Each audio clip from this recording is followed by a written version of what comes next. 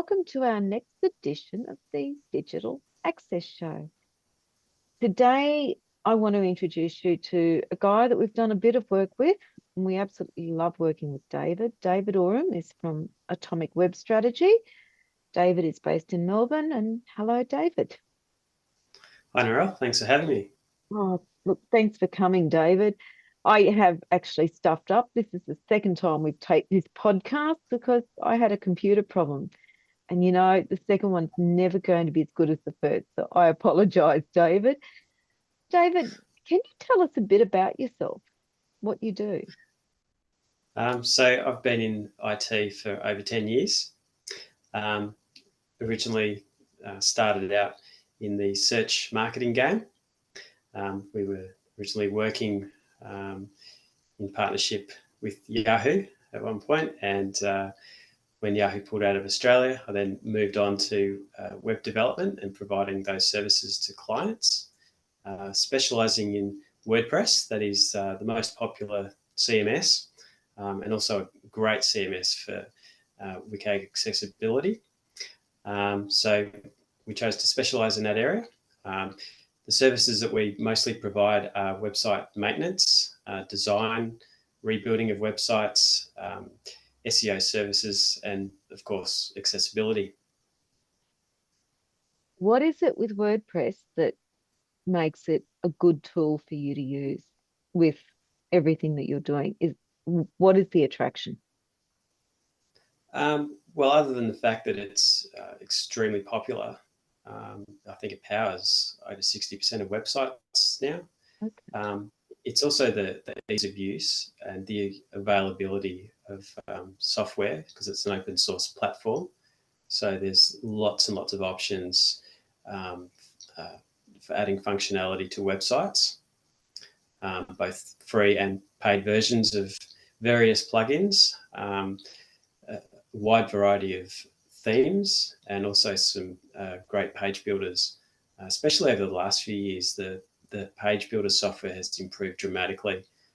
We first saw Divi come along, which was groundbreaking, and then Elementor came along, which seems to have overtaken Divi, which makes it a lot easier, not only for us, but also for the end user.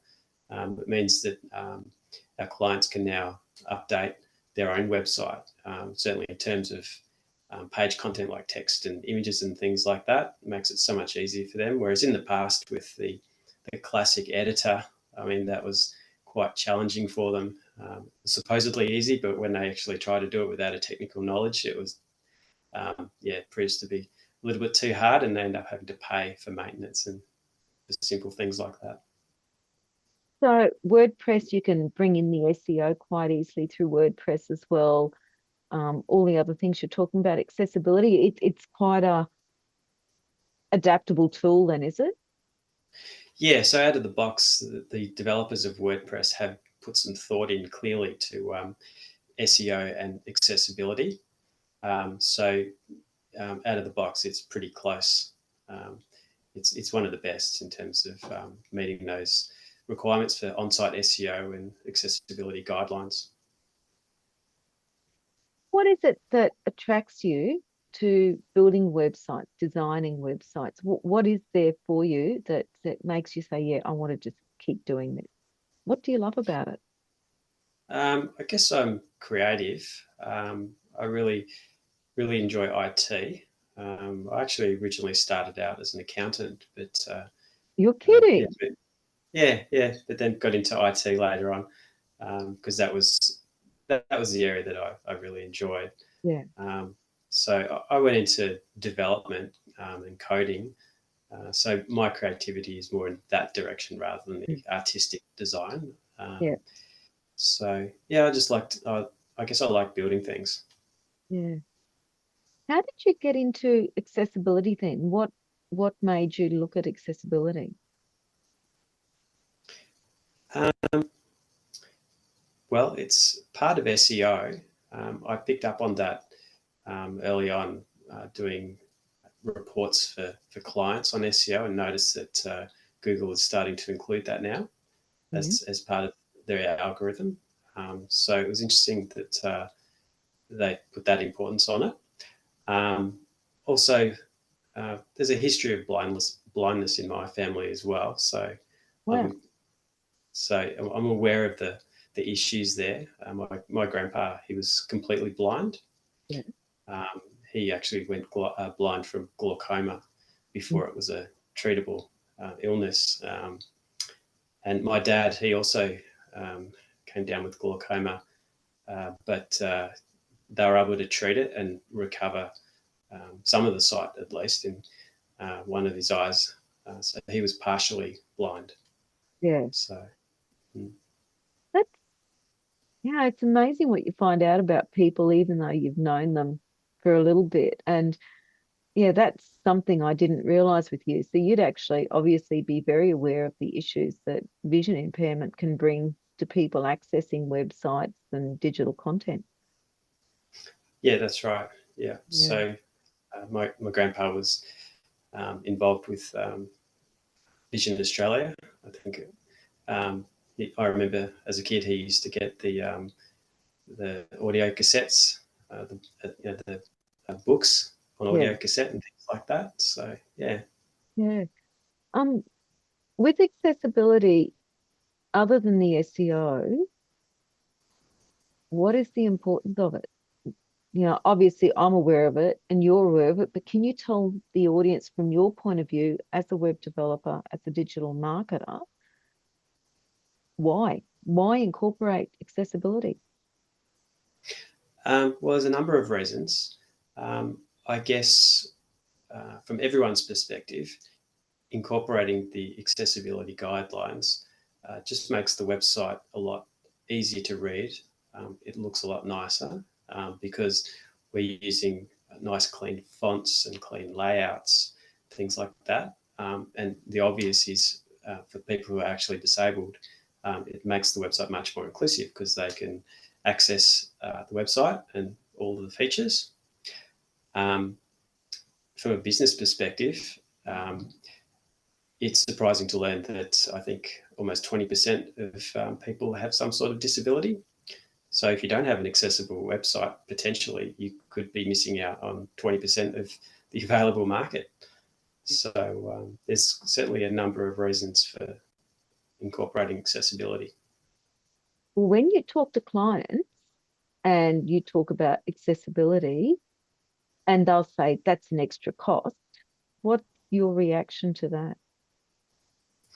Um, my reaction to that is to explain the reasons why they might want to consider that, Mm. uh, and also explain that it doesn't necessarily involve having to get certification on every single page on a website. We can focus on the key pages of a website and exempt other pages if that's required. Because if you've got a website that's not compliant and there's hundreds of pages, then the cost can be prohibitive for some people. So then we can look at narrowing it down to what's most important on the website. Yeah. What are the steps? Well, when you look at a website, how do you know that there is accessibility built in? Is there any way that a standard person can tell? Well, if you don't have a disability, it can be a little difficult if you don't know what you're looking for. Mm. Some things are obvious, like when functionality, like menus and things like that, are difficult to use, or you having trouble reading the fonts because of the background color behind them. That's a giveaway. Um, What, that it is accessible or that it isn't? that it isn't. If you can't read it as a sighted person Yeah. because of the color scheme, then you know there's a problem. Yeah. Um, there's also quite a few online tools where you can check the technical side of the website as well to see if it's visible to screen readers and things like that. What what do you advise people, like generally when you're out and about and someone says, "Oh, went and looked at this website, I couldn't find and find what I wanted because of the issues you've just discussed." What do you advise them to do? Do you talk to them about it? What's the best thing for those people to do? Well, I guess I would want to discuss that with them and see if we can assist them in fixing those issues. Yeah, generally most of these issues can be resolved. It's just a matter of investigation and putting in time to look at it. What is the process that you use to design a website that includes accessibility? Do you use, well, obviously you use a process. You wouldn't still be here and wouldn't be successful if you weren't. But what is the process, David? What would you say to a client that comes and says, I want to add accessibility? Where do you start? Once we've established which pages we're going to be focusing on, then we'd start at the higher level and use the online tools to work out where the obvious problems are. Yeah. And we would start working on those first. And we'd also be leaning on our knowledge and experience of accessibility. And then once we've got it to a point that we're happy with it, that's when we run it past yourself, Darrell, to get an audit to find out if there's anything remaining that needs to be resolved. What tips and tricks could you just say off the top of your head that are some simple tips that would just start them on the journey, David? You know, what would a person that looks at their website and thinks, yeah, I can, you know, they're doing it themselves. What can you advise them to do to start on that journey? Well, if they're doing it themselves, I would definitely be suggesting WordPress because Yep, that will solve quite a lot of the issues out of the box, like I mentioned before. yep. Choosing an appropriate theme, such as the Astra theme, that's what we're currently using. That's very accessible out of the box, and also um, making sure that they use appropriate plugins that aren't going to affect the accessibility in any way, in a negative way. Yeah. Uh, and when building pages, they need to consider things like the contrast of colors. So they would need to check that online to make sure the contrasts are correct based on the guidelines. Think about fonts and navigation in terms of making sure the navigation is clear as to where it leads you to. And also thinking about images and making sure that there's alt text available for all of the images and that it's a clear description of what the image is actually about. Yeah. What about the professional web developer, the web designer? What would you say to them? In what way? Well, in relation to, you know, should they do it? Should they, is there any industry where you'd say, no, don't do it? You know, what advice could you give them about accessibility and the web development techniques and To other web strategies? developers out there. Yeah, yeah. Yeah, well, it's definitely something worth considering. It can not only give your clients a boost in Google rankings due to its importance in SEO now, but it also opens the door to expanding their markets and also improves the general look and feel of the website for everyone because the guidelines, they really do improve the look and feel, not just for disabled people and for screen readers and things like that. You end up with a much cleaner design, much easier to read. Is there any other benefits? Is it easier to maintain? Is it more difficult to maintain? I guess it depends on how you approach it. So, Hmm. for example, if a client was to create a new page on a website from scratch and they create a blank page and go to work on it, they could introduce inaccessible content that Hmm. they're writing. But we have ways to mitigate that. So we can set it up in a way that allows them to start with an accessible page Yeah. and then modify it to suit, basically. Okay. So that can help reduce that risk. Excellent. Is there any industry that you would say, no, you don't need accessibility techniques? off the top of my head. Not that I can think of, no. Really? Wow. I've always, I'd have to always, think yeah, I've always sort of expect when I ask that question, people just suddenly go off in this long, long list. But yeah, that's good to know.